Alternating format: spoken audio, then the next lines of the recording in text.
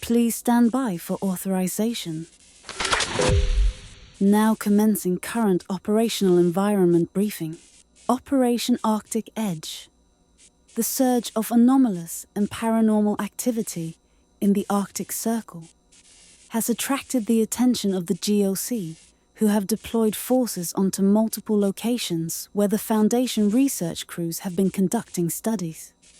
The GOC attacked and destroyed 2 containment facilities. Casualties at this time are unknown. This is a clear violation of our treaty. No word from the GOC has reached us at this time. The O5 Council has determined that actions must be taken to disrupt any further operations in the Arctic Circle. All contact with the MTF teams stationed in the area of operations was lost and are to be assumed killed in action or prisoners of war at this time.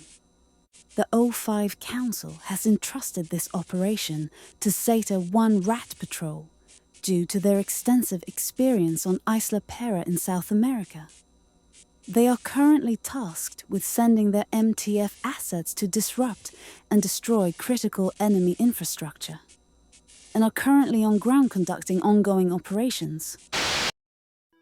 This is a summary of the operation so far. Zeta 1 on 20-25-0708 identified the island of Darmia to be of strategic importance to the GEOS due to the wide array of communication towers and anti-air positions.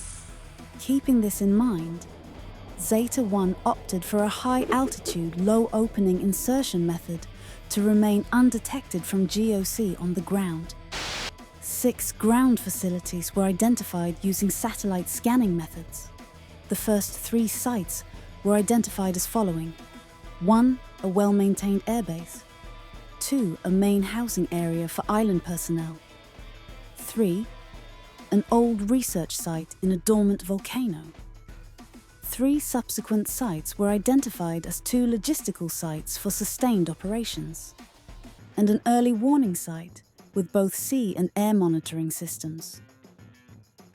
With this in mind, Zeta 1 selected a small drop zone, codenamed Foxbat, which had a happy medium of distance from enemy positions and advantageous terrain near a possible safe house site.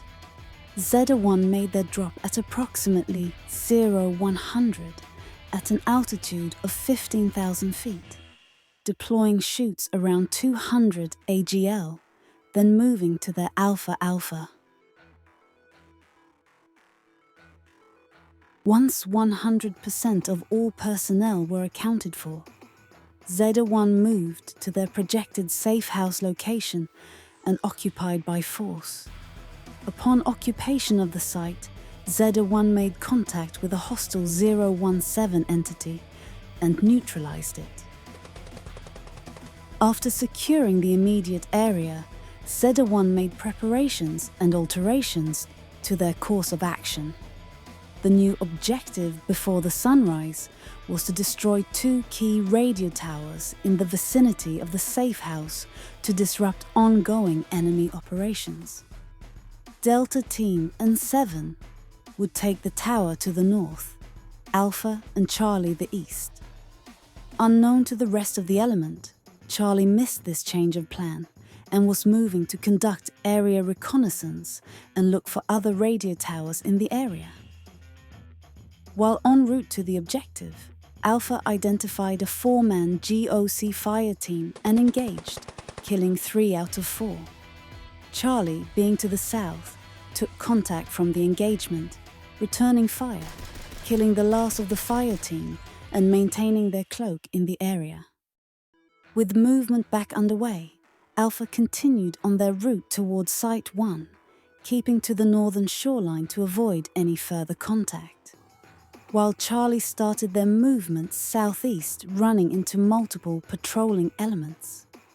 While conducting recon on one of the GOC logistical sites, Charlie spotted a radio tower on a hillside and started making preparations to move to and destroy the tower. At the same time, Alpha ran into a two-man sentry team and opted to neutralize the team and push to Site 1, setting charges on the tower and detonating them. But the charges they placed didn't have a high enough yield to destroy the site. With this in mind, and most likely enemy QRF teams en route, Alpha broke contact and started movement back to the safe house. In the meantime, Charlie finished planting their charges and identified another radio tower on the airfield. Charlie's lead made an executive decision to hold off on demoing the first tower and lay charges on the airfield and moved into position for infiltration.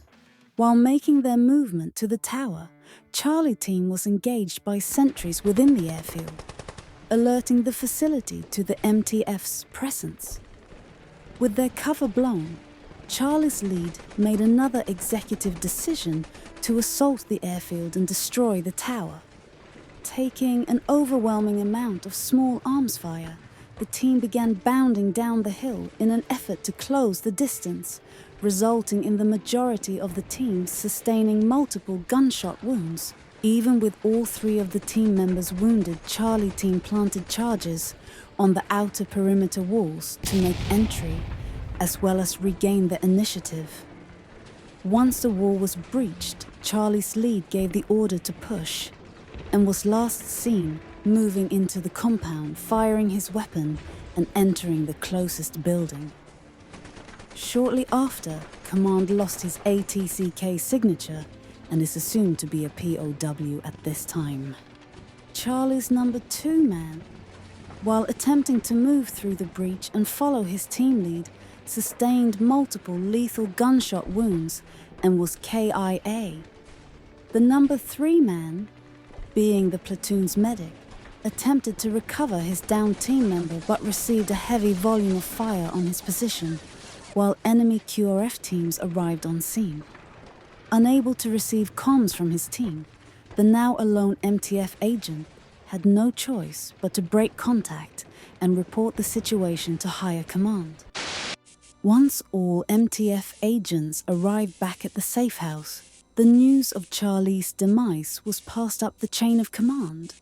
Orders were given to stand down and maintain a low profile until the higher echelon receives more intel and sends the new course of action to element leaders with a reminder. We die in the dark so that you may live in the light. Thank you for watching this battle report. Once information has been collected, you will receive a situation update in the coming weeks. At this time, follow all intelligent protocol in the destruction of this tape.